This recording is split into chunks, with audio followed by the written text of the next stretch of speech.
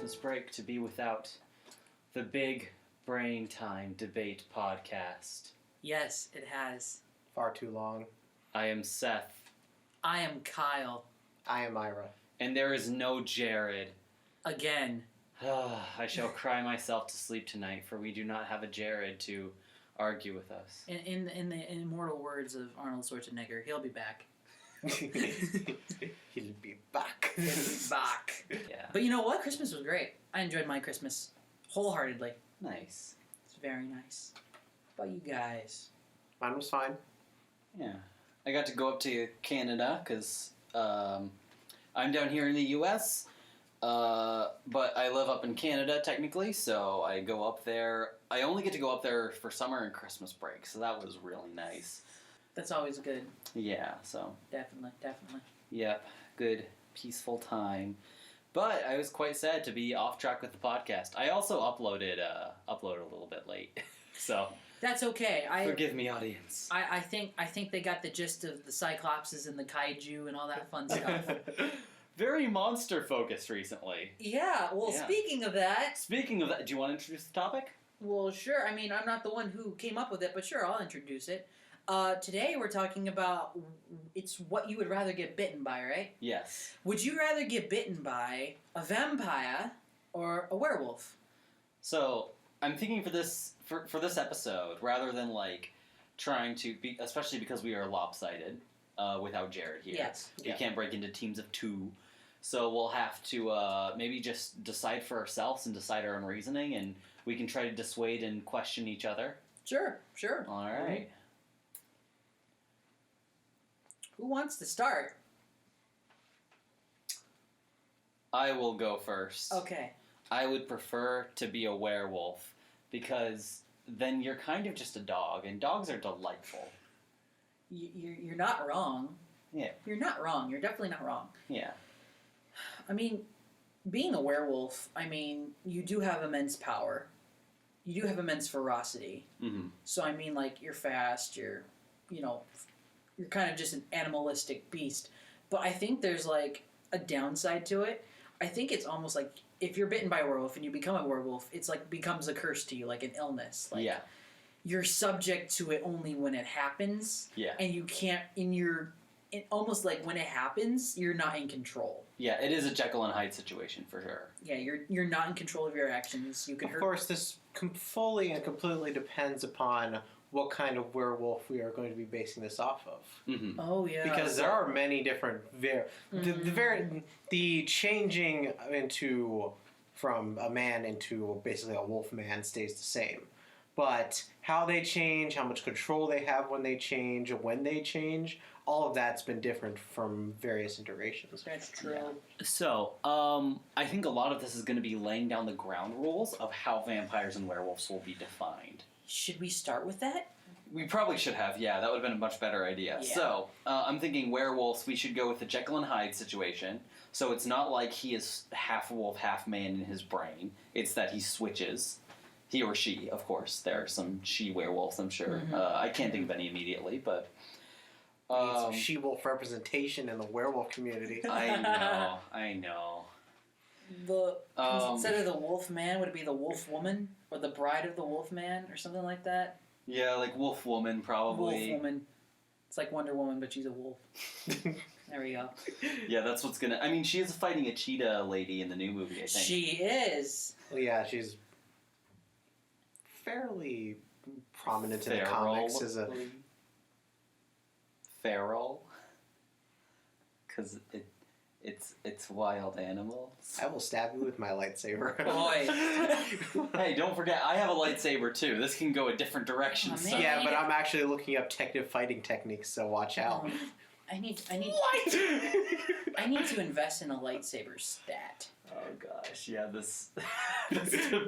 Okay, so I'm thinking too, these will not just be like regular wolves, it'd be a super big wolf with probably a lot of strength and speed, without a lot of actual personality, so it's not like the lizard in Amazing Spider-Man where he's like, I'm a lizard now, so I shall try to turn everyone else into a lizard with science. It'd just be It's generally big wolfy boy. a feral Yeah. wolf. Only while Giant. the full moon's up. Only Only full moon. Only full Only moon, full yes. And so How are we going for vampires? Vampires, because the difficulty is the original version is Dracula, but if you've Yeah. ever read Dracula, it is hilarious. It is hilarious. He can shrink. He can shrink like Ant-Man. Nobody ever talks about him shrinking like Ant-Man or It's having so hairs in the middle of his palms. It's so Or weird. controlling rats. Well, maybe we'll keep that one, but... So Yeah, I'm there thinking... are, and of course there are very many more variations of vampire because they just seem to be 10 times more popular in social amongst Lord media. of So Morbius coming Like- soon to a theater near you. So, I mean, sometimes they're just like, oh, now they're just hungry for blood. And then other times they're basically gods among men Yeah. with the amount of powers that they have. Yeah. How about we make one of the distinctions that once you become a vampire, your soul's kind of gone. Like you are this new being, basically. You're stuck with it. Yeah, you're stuck with it, and that includes like it's changing you on a deeper level. But you're also able to live your life fairly normally. Except that you're immortal, because that's probably one of the unifying traits. Yep, Yes, you're immortal. there's all You can't vampires. die Yeah, unless immortality. Unless you're, cut down. Drinking blood, of course. drinking blood. Turning into bats, I think it's pretty classic. Hard to get rid of that. We'll stick with that. Yeah. Trying to think of anything else. Hypnosis. Yeah, let's keep hypnosis. We'll keep hypnosis. That's a there. good part. That's a classic trait. That's a classic trait of a vamp. Yeah. Also make it so that they, as a downside, since they have to feed on blood, they can't, like, eat normal food. Yeah. Like, normal that food was- is disgusting to them. They have to eat blood. Yeah, I could see that. And I'm thinking maybe the holy symbols and Traditional weaknesses. yeah, sort of the traditional weaknesses. Can't cross water on its own. Should we go sunlight? Sunlight. Sunlight- 'cause that's- sunlight's all pretty That's intense. that's pretty big because like they only come out at night. Yeah, that's true. And then strengthened by moonlight. That's a classic idea that I think has kind of been revived. Garlic. Garlic, yeah. Let's throw in some garlic problems. Although if he doesn't already eat food, then the garlic might not be as big a comeuppance. I mean, to be honest, I always thought the garlic was kind of stupid, but... Yeah. Yeah. Yeah, I think I would vouch for he can eat, like the vampire can eat normal food, but no garlic. Because But he can't be sustained by normal food in any sense. Like, he can't... There we go. That's true. That's true. Yeah. Yep, okay. Mhm. So Okay, I think we have our parameters. we have our parameters. You said werewolf already, right? I said werewolf, yes. So are you sticking with that? I'm sticking with werewolf. Okay. Where I'm stuck is, I think it'd be cool to be bitten by a werewolf and to become a werewolf, but the only problem is, I feel like it'd become a curse to me. It would become more of a hinderment because I wouldn't be able to control myself Yeah. when I became the wolf. I wouldn't be Yeah. able to actually harness that power. I wouldn't have any autonomy. Whereas the vampire, even though it has a dozen billion trillion weaknesses to stop it, Yeah. to like you have some, even though your personality is kind of changed, you kind of become sort of semi-autonomous in how you use your power, I think. Yeah. So I'm kind of stuck between there because the vampire has lots of weaknesses but has autonomy. The werewolf has very few weaknesses compared to a vampire, like it's mostly just silver, mostly silver and silver bullets. But there's no control over when it happens. Only when the full moon comes out, you have no control over what you do, and you could probably get into like some deep trouble. Like, oh no, I just killed someone I love, and I didn't even know I did. Yeah. Like, has anybody here watched the show Penny Dreadful at all? No. Unfortunately. Okay, well, that's... But yeah, there's a wolf man in that one who's basically has the exact parameters that we've set up. Okay. And yeah, you've used it as more of a curse, and like, whenever the full moon comes out, it just basically goes into full rage mode. Like one time the full moon came up while he's in the middle of a bar, and he wakes up in the morning and everybody's just torn to shreds kind of thing. Yikes. Yep. I mean, but also like if you know that you're going to be the full moon is what changes you, then you could also just lock yourself up somewhere and just wait for that or part of the ordeal to end, and then basically just live your life for the next month. Mm-hmm. That's very much like almost the Incredible Hulk kind of. Yeah. The Hulk locks, like in the original comics, I know the Hulk locks himself up so he doesn't hurt people. Also, Changes. because we're doing shorter episodes now, we have 4 minutes left. That's fine. Ira? Living your life normally with only like once a month problems sounds is fine and, you know, a safe option, but, you know, I think it would be fun to be an immortal vampire. I mean, sure, you gotta, you know, hunt humans to drink blood, but what are humans anyway? So, does that mean I'm in a room with two vampire wannabes? and I already enjoy staying up at night anyway, so you know what? Some cool powers, maybe some nasty defects, but they're ones that I personally could live with. You know what? I'm still hanging in the middle, but even though I really like the autonomy of the vampire, the vampire has so many weaknesses that I'd rather be the wolf and lose my autonomy, but be able to survive most of the year without that one change when the full moon comes up. I could at least prepare for it. Yeah.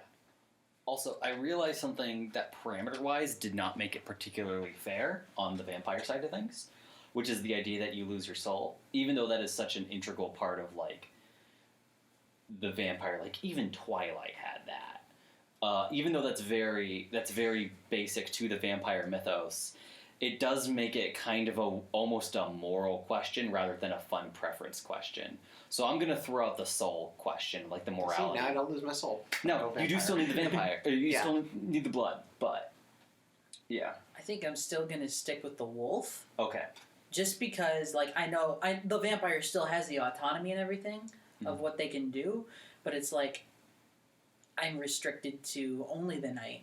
As the wolf, I can still go out day and I can still be out either way, but I just know I have to be ready for when that full moon comes. Yeah. I don't know if a wolf could get some... Well, with our parameters, the wolf has no autonomy, comes a feral beast, so you could at least prepare for it and know what would happen. I think that'd be cooler. I don't know. I like the werewolf better. That's just me, but... So, with our 2 minutes left, I do want to bring in a different point here that Ira has already addressed and we haven't really addressed, which is the problem of mortality. He is choosing immortality, at least relative immortality. Relatively, yeah. I just keep out of danger and I'll be fine. Yeah, we're picking a pretty, what's the word? A pretty anxious little life of, you know, the full moon comes up and there's the freak out moment and then we just have a normal lifespan. There's not a lot of benefit in that sense. No, but when you become the monster, there's very little that can stop you unless people know what can stop you. Mm-hmm. Though most people do generally nowadays know what stops each of these monsters, so you probably could be easily stopped. I mean, maybe a silver chain. A silver chain, they could just they could grab you around the neck and just hold you by the silver chain until it gets. I mean, that's also a matter of just like keeping a low profile. I mean, you're only doing it once a night, so people aren't going to immediately assume, oh no, there's a werewolf about with all these torn people. Literally, if you get married, you really got to make sure your wife knows. Like once a month, you got to lock me in the basement with some silver. Here's an idea. Literally, you could like rent out a cabin up in the remote wilderness. Yeah, and that like. Every time you know it's about to happen, you just go up there, and when you're a wolf, you just live around the woods like a regular wolf and just eat. And the wolf will return when it's over, and you can just like, okay, I'm just gonna have it. And then when you know that the full moon's gone, it's like, okay, I'm going back home. Yeah. So I mean, there's ways I guess you can prevent it, but it's like, I don't know. Like the immortal thing is just like, I don't know if I want to be alive forever, me. But it's like, I like the wolf. Yeah.